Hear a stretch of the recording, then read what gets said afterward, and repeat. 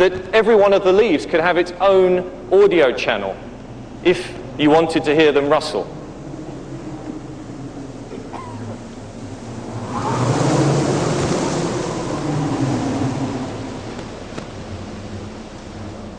Another example of the tremendous computational power of PlayStation 3 is shown with this next demonstration. It's appropriate that since we're here at the home of Sony Pictures, home of movie magic and special effects, that we show the PlayStation 3's ability to blow stuff up. And what I'd like to do now is to show you a scene from a game that we have in development, which has not yet to be announced, but obviously being a gas station in the middle of the desert and being a digital set, well, surely we should be able to blow it up. So let's blow it up. Now, what this demonstration actually uses is only the cell processor to render volumetrically all of the performance required to simulate an explosion, thermal dynamics, heat, gas, smoke, fire. This is not an animation. This is not something that an artist created. This is all purely physics-based. We can even run it at night. Let's have a look at it with the lights turned down and run it one more time.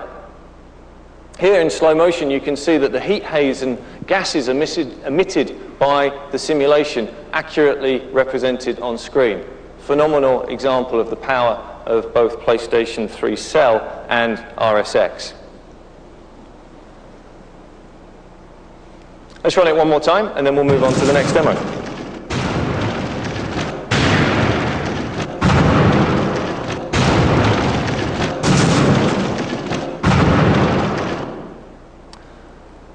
Fantastic presentation. What PlayStation 3 also allows us to do is to converge many of the creative industries that work in the world together on one platform for the first time. And to help demonstrate this, we turn to our friends at Sony Pictures Imageworks, the Oscar-winning special effects wizards from the movie Spider-Man 2.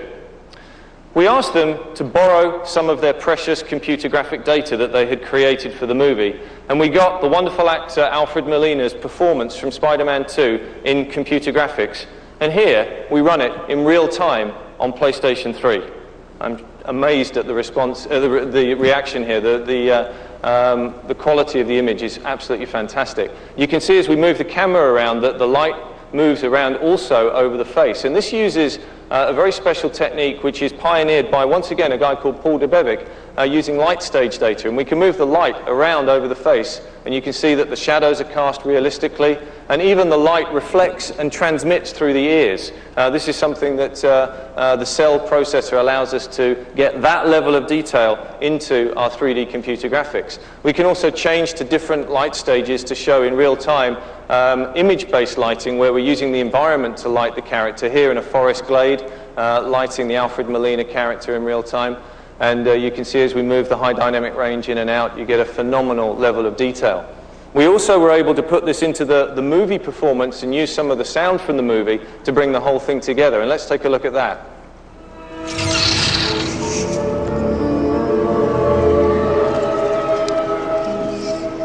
Something in my head. Something talking.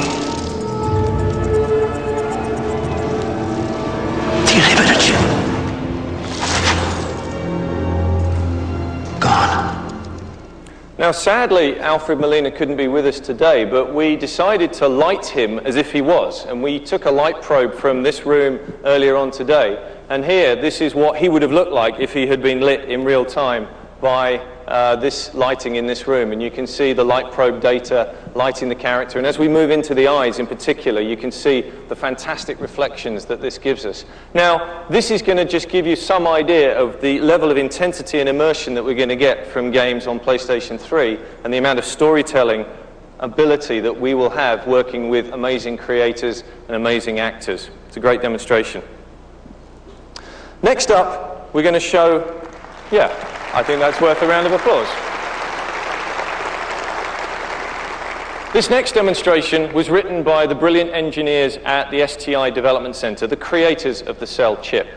And this demo, which is a real-time demonstration of a landscape being created by two bits of data, one being two-dimensional satellite imagery taken from outer space, and the other being three-dimensional height maps collected from LiDAR, which is basically a laser ranging system flown over with an aircraft.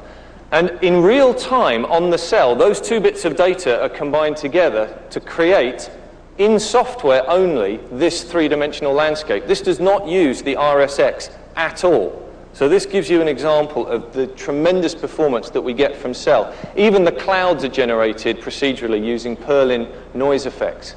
Really stunning example of where the immersion in games will go from here on in.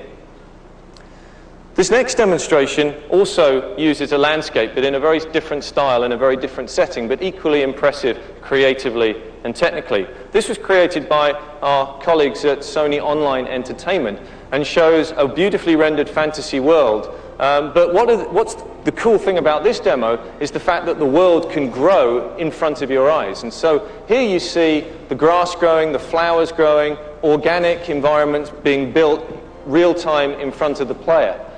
You can imagine what this could mean to online games, but you could also imagine what this could mean to the ability for the player to influence his own environment and influence his own world while he's playing the game. Here the water beautifully rendered and all the characters and all the leaves and all the petals growing around you. Really beautiful demonstration of RSX and cell working together. Now, from a complex and sophisticated landscape to a complex and sophisticated city, in this case, London. London was the setting for Team Soho's epic crime thriller, The Getaway, and for the past 3 months, a team of 6 people has been working to show their vision of the future of that franchise on PlayStation 3, and they would like to share it with the world for the first time today. Now, this demonstration uses a lot of the real-world rendering techniques that we've seen in earlier demonstrations. And it's not just about graphics. We can see in this demo tremendous amount of detail in the 3D objects, which are beautifully rendered with amazing lighting and amazing detail. But the real purpose of this demo is to show how a city in a future video game would come to life with the complex simulation of traffic, the complex simulation of the way people move around, the way they make the city live and breathe, and how they have their own lives, hundreds of individual people on the scene at any one time. And I think this demo is a great example of what a next-generation PlayStation 3 game is actually going to deliver in terms of immersion and richness and detail to the scene. The eagle-eyed amongst you will notice that all the cars have the same license plate number, but this is only a bug you discover when you fly halfway around the world and show it to the world. So I apologize for that, but you can see beautiful high dynamic range lighting here in the scene. Really a good example of what we're going to see for the future. Now, the next vision piece that we're going to show shows how multiple forms of entertainment can share the same technical and creative DNA. And what we wanted to do here was to imagine and share with you an example of what happens when you take 2 billion-dollar franchises, one from the video game business and one from the movie industry, and collide them together on PlayStation 3. I think this demo needs no further introduction. Let's take a look.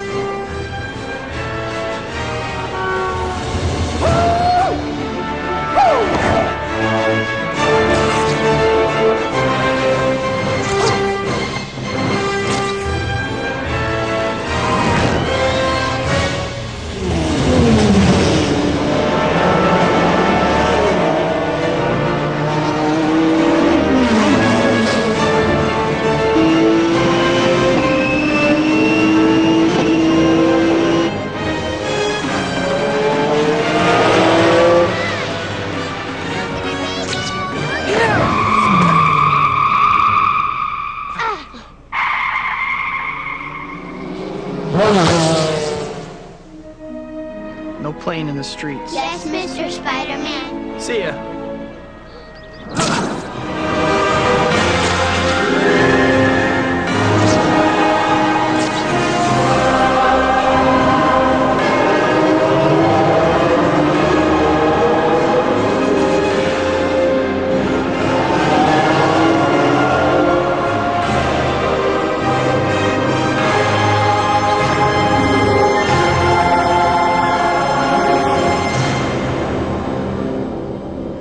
That's amazing, isn't it?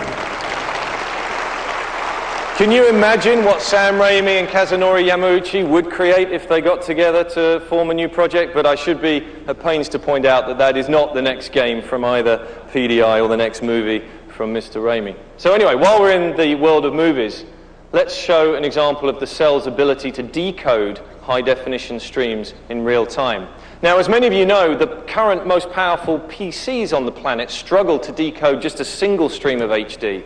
But here on PlayStation 3 Cell, we can decode 12 simultaneously. And we can select any one of them to become the main full HD screen. And this is an example of how you could navigate multiple HD streams simultaneously, coming off Blu-ray disc or coming off a network. And I think gives you just a taster of what media navigation in the future is going to look like. Now, as Masa was sharing with us earlier on, media navigation is at the heart of PlayStation 3's operating system DNA. And this next demonstration gives you another example of how media can be browsed on formats of the future. Here the cell is decoding 1,000 media thumbnails simultaneously. Now these could be movie data, game data, could be your family photographs. It could actually be your friends on video chat anywhere in the world. It could be the IP camera anywhere in the world. So, that's it for the show and tell, and as I think you can see from the demos that we've just seen, PlayStation 3 delivers astounding performance and creative possibilities to the development community. Right now, all around the world, game developers are hard at work making this potential become reality. And here to tell you more about the games that will make PlayStation 3 come alive, I'd like you to welcome back Kaz Hirai. Thank you very much.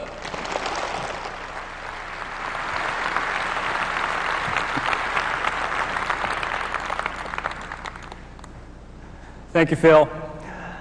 As you heard from Ken Kutaragi, Masa Chatani, and Phil Harrison, PlayStation 3 is set to deliver the quantum leap the industry expects to help us lead the digital decade. No doubt about it, PlayStation 3 is a powerful machine under the hood. But what about the games? Our development partners have been diligently working with PlayStation 3 architecture for some time in order to deliver the type of gaming experience that consumers will expect from the next generation, and they have prepared some pretty exciting stuff to share with you today. So first, it gives me great pleasure to introduce this company back to our stage again this year. They have been a staunch supporter of the PlayStation format over the years, and we are truly inspired what they have produced on the PlayStation 3 so far. So ladies and gentlemen, please help me welcome back Electronic Arts Chairman and CEO, Mr. Larry Probst.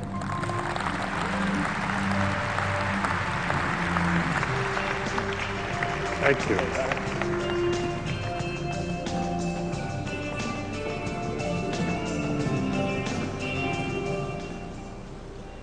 Thank you, Kaz.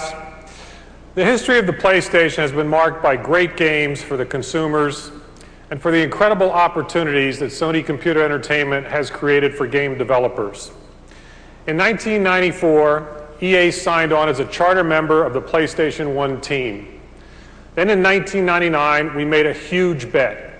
We passed on some other platform alternatives and dedicated our worldwide studios to supporting the PlayStation 2.